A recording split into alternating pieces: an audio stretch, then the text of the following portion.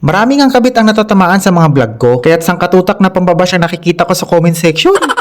Huwag naman kayong masyadong magpahalata. Meron nga nag-comment sa post ko nung nakaraan, sabi niya masyado daw akong bias at one-sided. Di punggol ka, wala akong pakialam sa rason mo. Nakapunta at nakarating ka lang dito sa Taiwan, nang lamig ka na agad sa asawa mo. Samantalang nung nag-apply ka pa lang dito sa Taiwan, suportado ka ng partner mo. After a week, nakahanap ka lang ng kabit, tapos nakalimutan mo na agad yung mga anak mo. Malaman ko man o hindi yung side mo, pre, pakyo ka pa rin.